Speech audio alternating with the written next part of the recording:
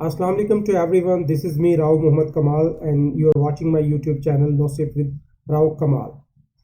Today, this is our last part of consonant sound, and today we will discuss about the 4 remaining consonants, which are approximant. As you can see that we are going to call these consonants as approximant and semi-vowels. Why we call these approximants or semi-vowels? Because these are approximately consonants and these are somewhat similar to vowel sound as well. That's why we also call these sounds as semi-vowels. We divide these sounds into two. Two are glides and two are liquids. Let's see. So here you can see the last 4 sounds: L, R, W, Y. Okay, we call 2 sounds liquids, R and L. Why we call these 2 sounds liquids? Liquid is simply a general term that has been adopted by phoneticians to categorize these 2 sounds. Mean यहाँ पर कोई justification नहीं दी गई है कि why we call this 2 sounds as liquids. Okay, तो जो फोनेटिशियंस हैं उन्होंने जस्ट ये एक टर्म यूज की है इसे लिक्विड कहने के लिए. तो इसमें आप देखें कि र और ल यहाँ पर आप वाइब्रेशन फील कर सकते हैं, तो इसलिए ये दोनों वॉइस्ड है, नंबर 1. और अगर आप र को देखें तो र जो है बोलते हुए your tongue is touching to palate. Okay, so that's why palate is involved and this sound is voiced palatal liquid. उसके बाद हमारे पास है ल. ल जो है आप वाइब्रेशन फील कर सकते हैं, वॉइस्ड है. और उसके साथ जब आप ल को प्रोनाउंस करते हैं ल ल, your tongue is touching to alveolar ridge, the part just behind the upper teeth. That's why these are voiced alveolar liquid. Okay, ला है, इसे फर्दर वैसे 2 में भी हम डिवाइड करते हैं. इसे हम कहते हैं कि लाइट और डार्क. जैसे कि आप कहते हैं कि I'll pay the bill, I'll pay the bill. अब I'll यानी कि I will की जो शॉर्ट फॉर्म है I'll pay the bill. अब बिल जो है वो आप उससे ज्यादा डार्क कर रहे हैं. ओके, तो हमारे पास ये 2 लिक्विड्स हैं, र एंड ल. जो र है वो वॉइस्ड पैलेटल लिक्विड है और जो ल है वो वॉइस्ड एल्व्यूलर लिक्विड है. तो let's go towards glides. Glides हमारे पास अगेन 2 हैं.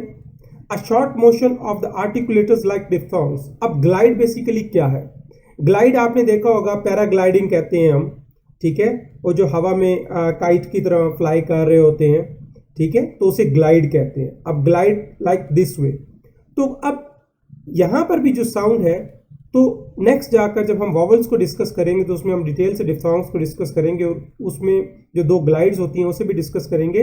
तो कॉन्सोनेंट जो है वो वॉवल की तरह यहां पर मूव करता है. इसकी जो मोशन होती है, जो इसकी हरकत है, जो इसकी मूवमेंट है, वो वॉवल की तरह होती है. तो इसमें 2 हैं, एक य और एक व.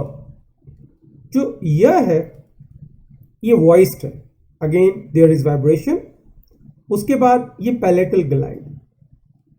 ओके, वॉइस्ड पैलेटल ग्लाइड य, और जो व है ये वॉइस्ड लेबियो व्हीलर ग्लाइड है. अब मैंने यहां पर 2 ऑर्गन्स का नाम लिया, लेबियो और व्हीलर. तो चार्ट में इसे टेबल में, कॉन्सोनेंट टेबल में हम इसे बाइलेबियल के नीचे भी रखते हैं और व्हीलर के नीचे भी रखते हैं. व्हीलर कैसे? वो सॉफ्ट पैलेट इन्वॉल्व है इन द प्रोडक्शन ऑफ व. और जब हम इसे प्रोनाउंस करते हैं तो राउंड लिप्स के साथ हम प्रोनाउंस करते हैं वो. That's Y bilabial. ठीक है, तो इसे आप लेबियो भी कह सकते हैं, वॉइस्ड लेबियो व्हीलर ग्लाइड भी कह सकते हैं, और इसे वॉइस्ड व्हीलर ग्लाइड भी आप इसे कह सकते हैं. अब हमारे पास 2 साउंड हैं, लाइक व जो कि वी वाली साउंड है और व जो डब्ल्यू वाली साउंड है. अब इसमें डिफरेंस क्या है? जब हम वी वाली साउंड को प्रोनाउंस करते हैं, लाइक VANE, वेन, आपका अपर टीथ और लोअर लिप जो है वो इन्वॉल्व होते हैं, लाइक वेन.